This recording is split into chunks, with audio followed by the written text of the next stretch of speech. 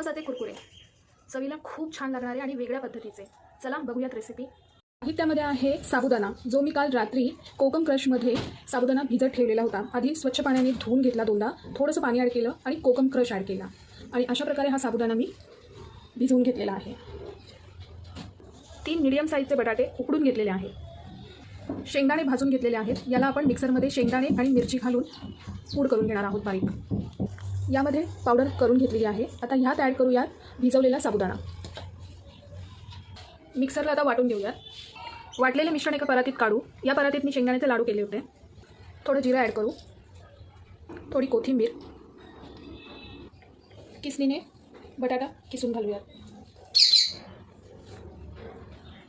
चवीनुसार मीठ ॲड करू आणि मळून घेऊयात, एकत्र करूयात सगळं. मळून घेतलेलं आहे.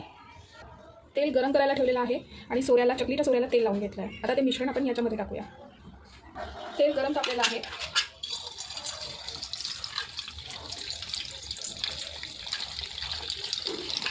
तुकडा तुकडा पण करून घेणार आहोत. जेवढे कढईत बसतील तेवढेच काढून घेणार आहोत.